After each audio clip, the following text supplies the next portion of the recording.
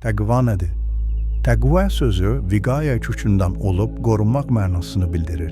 Rağib İsfahani Mufredatul Quran əsərində yazır. Viqaya sözü əşyanı ona zərər verəcək şeylərdən qorumaq mənasını bildirir. Təqva sözü ruhu xətərlərdən qorunmaq deməkdir.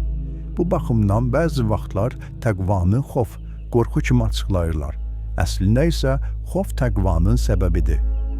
Şəriət terminologiyasında təqva insanın öz günahlardan qorunmasına deyilir. Təqvanın kamal həddi isə odur ki, insan günahlardan əlavə həm də günah olub olmamasını şübhəli olan işlərdən də özünü qorursun. Başqa sözlə desək, təqva insanı nəfsani istəklərin qarşısında qoruyan, nəzarətdə saxlayan daxili bir qüvvədir. O, sanki insanı uçuruma düşməkdən qoruyan əyləc rolunu oynayır. Buna görə də Əmir əl-Müminin Əli əleyhissalam təqvanı günahlar qarşısında möhkəm bir qalaya bənzətmişdi. Ey Allahın bəndələri, bilin ki, təqva alınmaz bir qaladır. Nəhsul Bəlağa, xütbə 157.